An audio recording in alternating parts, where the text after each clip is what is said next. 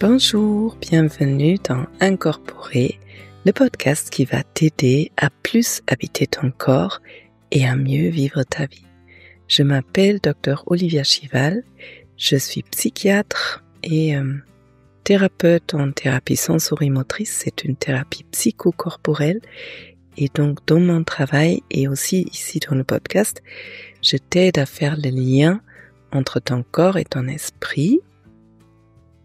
Et en revanche, ici, il ne s'agit pas d'une thérapie, je ne délivre pas de conseils médicaux, je crée plutôt un espace dans lequel tu peux créer un lien nourrissant, un lien bienveillant avec toi-même et du coup avec les autres, avec plus de compréhension. Et ici, dans le podcast, tu trouves de la théorie, des informations, des pratiques pour expérimenter des choses, parce que tout changement, pour moi, passe vraiment par le vécu, par l'expérimentation, et tu trouves aussi des interviews, des échanges avec des experts dans le domaine.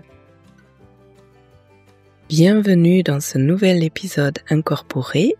Aujourd'hui, j'aimerais bien te proposer une expérience, mais pas une expérience guidée, plutôt deux expériences à faire si tu as envie de créer plus de présence pour toi-même et plus d'aisance dans la relation avec les autres.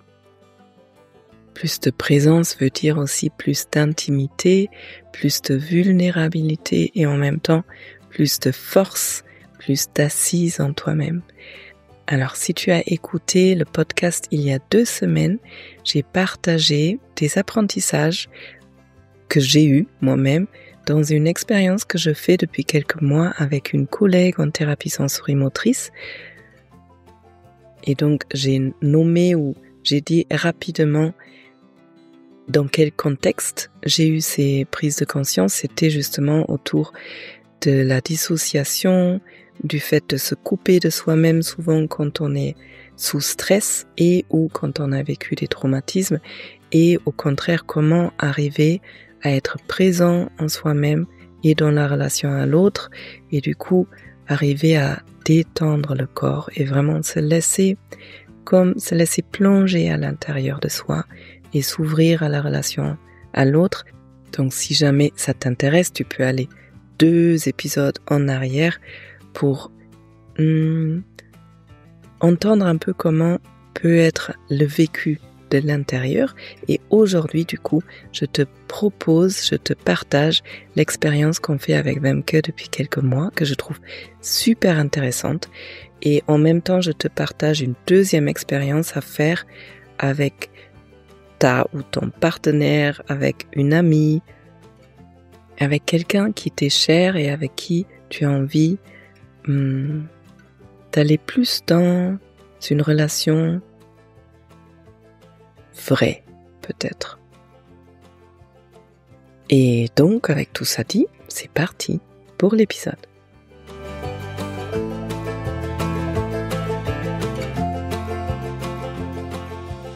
Alors, donc j'ai envie de te partager 2 expériences que tu peux faire.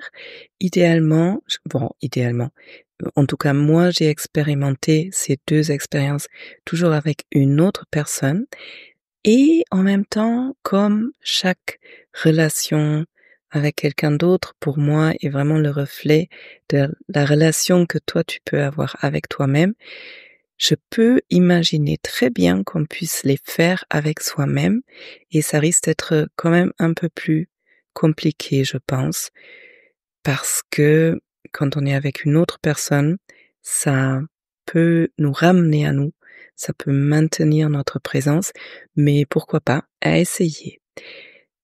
Donc, 2 expériences. La première, elle est probablement plus facile et plus, en tout cas, après, ça dépend toujours comment toi tu les utilises et quelle est ton intention quand tu vas dans une pratique comme ça.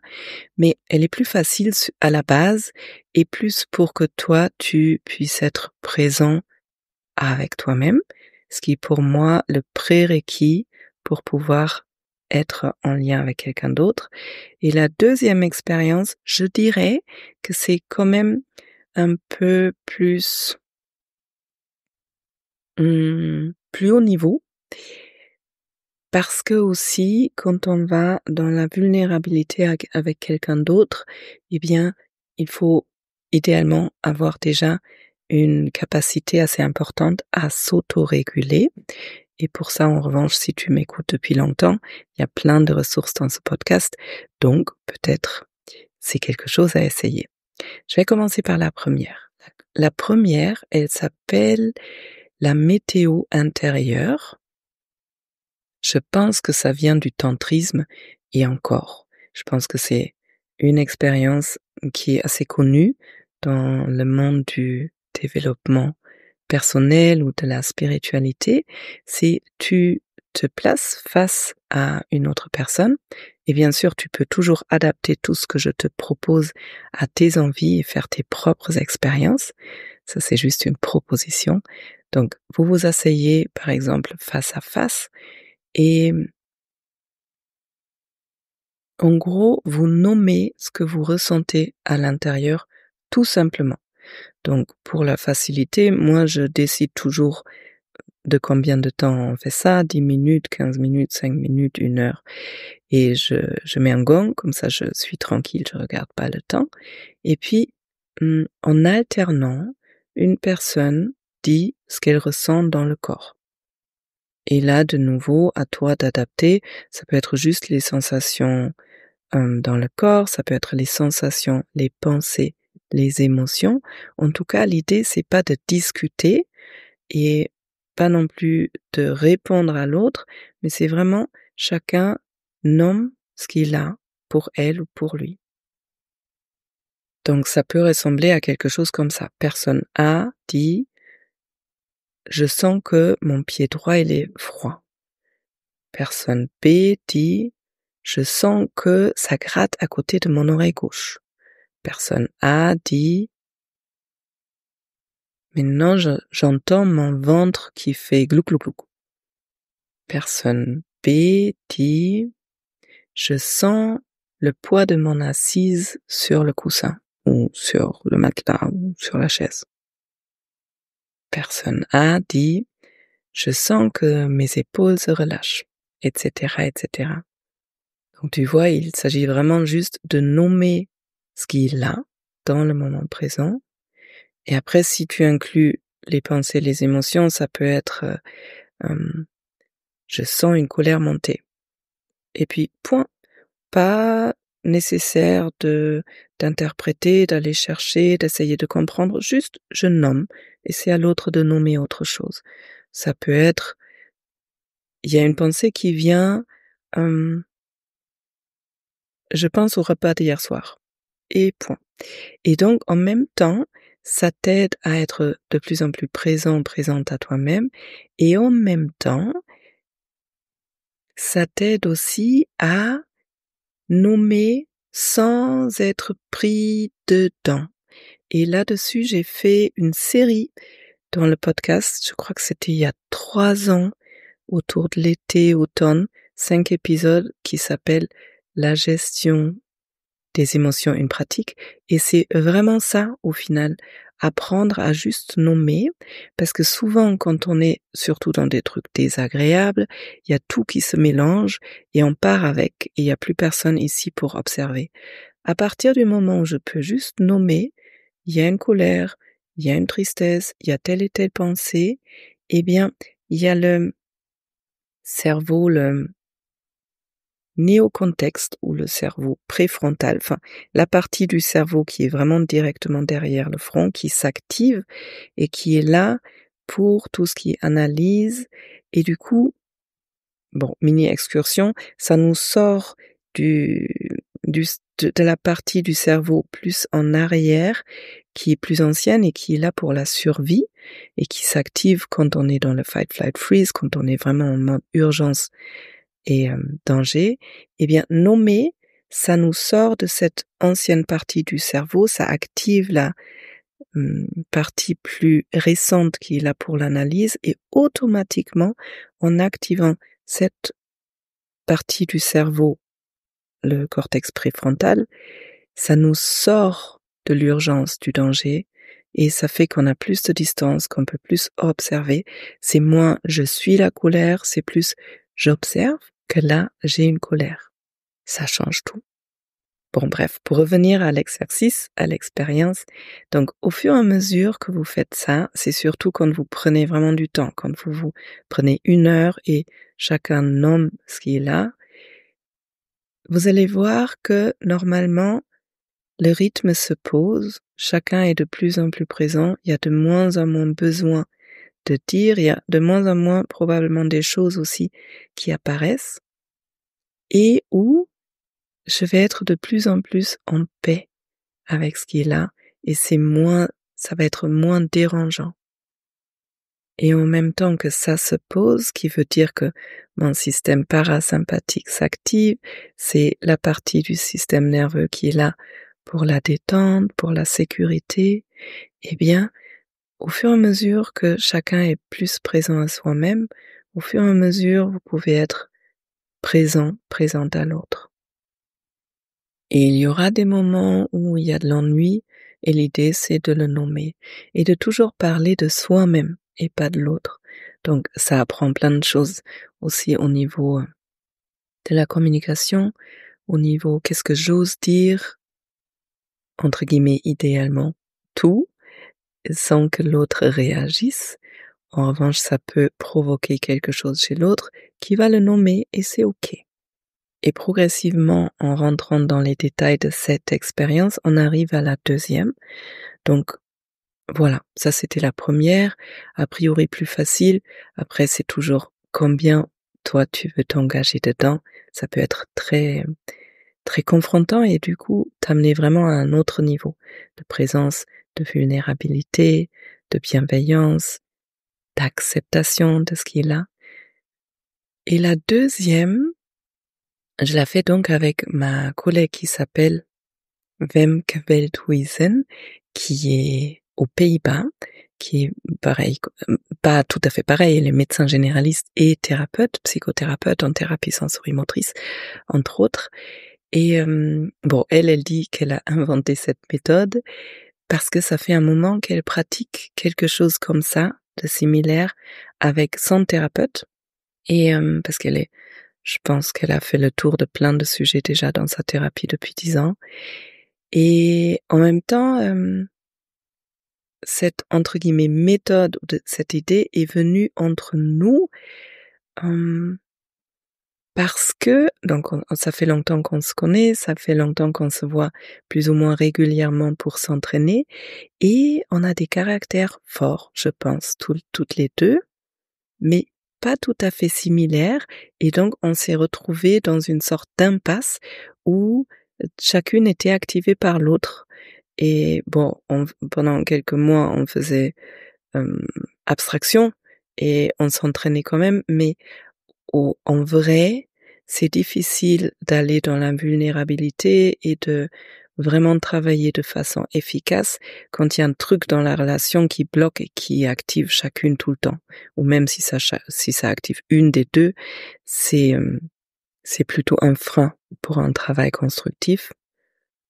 Et donc, sans connaître sa méthode, à un moment donné, j'avais envie de juste investiguer et explorer ce qui est là dans la relation, sans faire une séance de thérapie, sans s'entraîner en sensorimoteur, sans avoir un but, sans avoir quelque chose à questionner en particulier, mais juste aller dans qu'est-ce que c'est qui est là dans le moment présent. Et du coup, on a mis les deux ensemble, on est arrivé à cette pratique que j'ai envie de te partager là. Donc, pareil, comme dans la météo intérieure, on est face à face. Là, en l'occurrence, nous, on est en visio en plus, mais pour moi, ça change rien du tout. Donc, on prend un moment pour s'intérioriser. Il y a une des deux qui va commencer à nommer ce qui est là à l'intérieur. L'intention dans cette expérience, c'est vraiment d'aller explorer qu'est-ce qui se passe dans la relation, qu'est-ce qui se passe dans moi quand je me sens activée, qu'est-ce qui se passe chez l'autre quand je me sens activée ou quand je dis quelque chose. Et du coup, ça peut être beaucoup plus confrontant directement parce que il s'agit de la relation. Encore une fois, tu peux très bien juste nommer ce qu'il a à l'intérieur sans que ça touche l'autre, enfin, sans que ça parle de l'autre plutôt. Libre à toi à poser le cadre, à faire des expériences différentes. Je pense le cadre dans cette expérience, il est important qu'on soit au clair qu'est-ce qu'on veut explorer et peut-être aussi qu'on a le droit de faire un time-out, qu'on est là dans la bienveillance, qu'on a envie justement d'être mieux dans la relation et pas de partir en vrille, de casser la relation.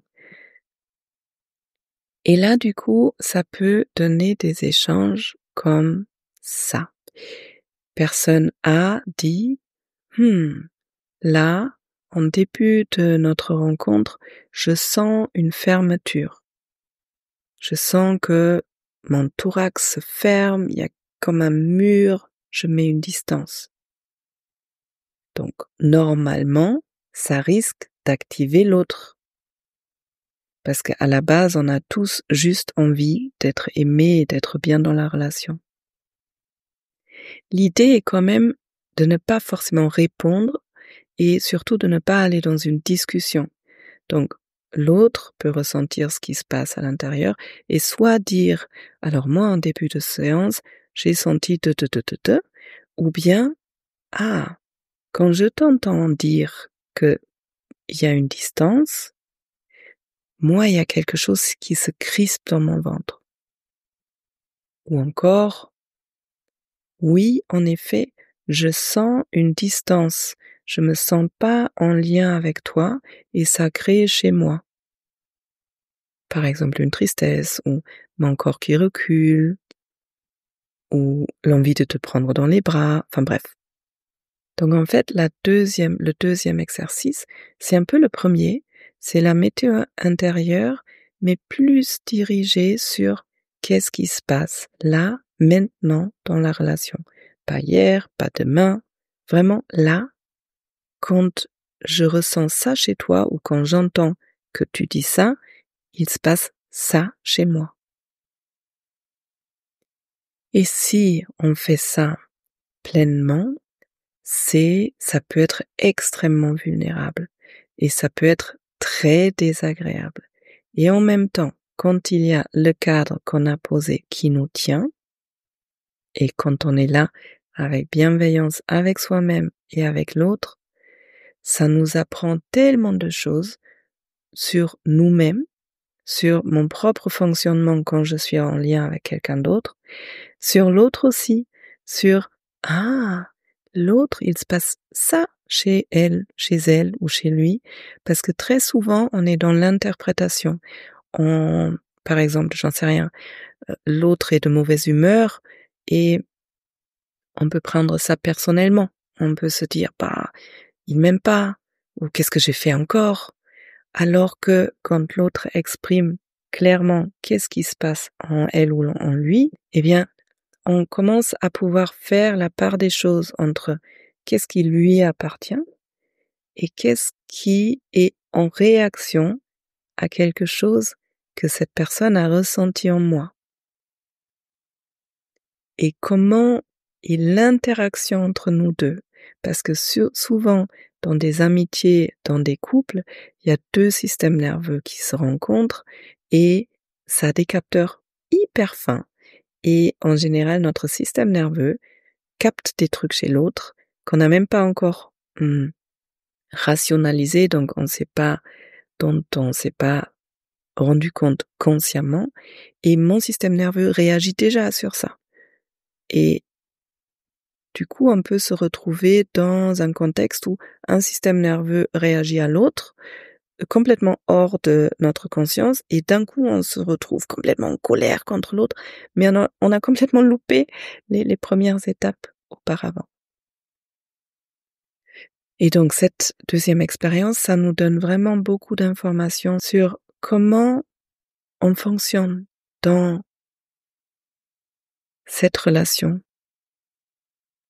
Et puis je pourrais vous parler encore des heures et des heures de qu'est-ce qui peut apparaître dans cette expérience. Et en même temps, je crois que c'est à chacun de faire sa propre expérience. Et si tu as envie de me partager, si tu as envie de faire cette expérience et de partager tes prises de conscience, eh bien, tu es là où le bienvenu.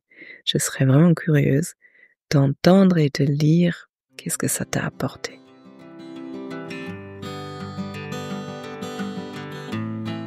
Bienvenue après cet épisode. J'espère que ça t'a inspiré à explorer ce qui se passe chez toi et dans la relation avec quelqu'un d'autre peut-être, avec bienveillance, avec patience. Et du coup, juste peut-être j'ai oublié de dire ça, sur quelques séances, là on a dû en faire, 5 ou 6, on est beaucoup moins activé par l'autre personne parce que tout simplement on comprend mieux ce qui se passe dans notre relation et c'est beau et ça détend et ça crée du lien. Voilà. Si tu connais quelqu'un pour qui cet épisode pourrait être intéressant, merci de le partager. Si tu apprécies ce podcast, merci d'abonner la chaîne si c'est pas encore fait, ça aide au podcast de grandir. Et puis si tu es curieuse ou curieux d'apprendre plus sur mon travail, tu peux t'inscrire à la lettre d'Olivia. C'est ma newsletter qui sort tous les premiers du mois et dans laquelle cette année je partage des histoires qui nous touchent encore différemment. Et puis aussi, je propose un coaching individuel sur plusieurs mois. C'est vraiment un accompagnement individualisé au quotidien. Et si ça t'intéresse d'apprendre plus sur ton fonctionnement, d'apprendre à mieux gérer tes émotions, à trouver plus de stabilité, de flexibilité, de sécurité à l'intérieur de toi, n'hésite pas à me contacter. Et maintenant, j'espère que tu vas bien. Je te souhaite en tout cas, dans les temps d'aujourd'hui, de trouver les ressources en toi dont tu as besoin. Et je suis ravie d'être en lien avec toi la semaine prochaine. Prends bien soin de toi.